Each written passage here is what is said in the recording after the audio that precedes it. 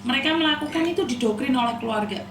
Banyak orang yang bilang, Yuni wis tuwek baru sadar, baru tobat. Enggak. Kalau kalian ngikutin perjalanan saya, itu saya dari dulu, sebelum saya punya KTP, saya memberikan edukasi itu. Punya KTP kelebihannya apa sih? Kerja di Hong Kong aman, tidak dikejar-kejar oleh polisi. Itu aja. Nggak ada dampaknya bahwa kalau saya nggak ada KTP Hong Kong, saya berhenti menolong orang. Enggak juga. Artinya adalah menolong orang itu karena kita tidak ingin orang lain tersakiti oleh sesuatu. Gini Mas Agil, orang baik sama orang jahat punya persamaan nggak sih? Nggak bisa dilihat. Gitu. Bukan, punya persamaan nggak? Sama tidak? Orang baik sama orang jahat ini punya persamaan nggak? Iya punya. Apa? Iya sama-sama manusianya yang pertama. Bukan. Orang jahat sama orang baik itu sama-sama tersakiti. Orang baik sama orang jahat itu sama-sama tersakiti. Kalau orang jahat tersakiti, mereka akan balas dendam, menyakiti orang lain juga. Jika hari ini nih, saya nih ditipu keluarga saya, suatu saat saya akan menipu balik pasangan saya. Balas dendam. Balas dendam. Tapi kalau orang baik, itu pilihan juga. Dia juga tersakitin, tapi dia tidak ingin orang lain merasakan hal yang sama. Akhirnya dia memberikan edukasi. Paham maksud saya? Nah, tapi kan saya nggak tahu nih backgroundnya Mas Agil pernah tertipu nggak, pernah tersakiti nggak. Kalau saya pribadi saya pernah. Jadi saat saya jadi janda itu saya pernah menikah dengan orang Tangerang, Mas. Saya itu pernah menikah dengan orang Tangerang dan keluarganya itu keluarga Batak ya, keluarga Batak. Jadi kenapa saya tahu banget adat Batak? Setelah itu pernikahan itu ternyata hanya untuk memanfaatkan saja. Saya mau bawa dia ke Hong Kong, saya akan berikan KTP Hong Kong saya ke dia. Tapi dia selingkuh dengan pembantu saya sendiri. Saat itulah, kenapa kalau sekarang ada orang yang ngaku mantan saya kejar. Siapa yang ngaku mantan saya? Saya yang ditinggalkan kok. Saya yang dibuang kok. Saya yang dibuang. Saya itu di Indonesia nggak laku, Mas. Saya di Indonesia tuh nggak ada laki-laki Indonesia. Kenapa?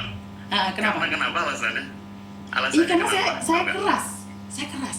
Kita punya sifat yang keras dan saya nggak akan ngalah. Saya tahu orang Indonesia tuh sukanya yang lembut-lembut. Nggak bisa, saya tuh berdampingan dengan laki-laki, di awal mereka mencintai saya. Tapi karena prinsip saya yang begitu keras, jadi seolah-olah saya tuh menghina si cowok. Padahal saya nggak ada. Saya tuh nggak menghina, Mas. Tapi memang sifat keras saya, karena mungkin saya bisa menyelesaikan masalah sendiri, cari uang sendiri. Jadi kayak seolah cowok itu ya penting nggak penting gitu loh. Coba deh wanita-wanita mandiri, komen deh. Kalau kita sudah mandiri itu laki-laki itu penting nggak penting sih? Karena laki-laki banyak uang, itu 10 perempuan nggak cukup. Tapi perempuan banyak uang, 1 laki-laki pun nggak butuh. Saya setuju komen. Iya betul. Bener nggak sih? Iya. Kalau laki-laki diuji itu saat punya uang, tapi perempuan saat punya uang dia udah nggak mau lihat laki-laki. Daripada buat biayain laki-laki, mendingan shopping sendiri. Daripada bener nggak sih? Di sini fakta di sini juga banyak itu. Banyak seperti itu yang saya temuin mbak TKW itu. Enggak, mereka nggak penting. Mereka itu yang penting mereka kerja, punya uang, mempercantik diri, memperbaiki diri, memperkaya diri. Iya seperti itu. Ayo perempuan komen.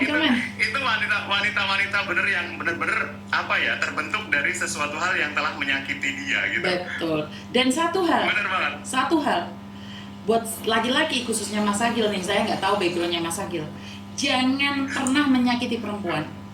Karena saat perempuan melangkah keluar, dia sudah menghimpun tenaga untuk tidak kembali lagi.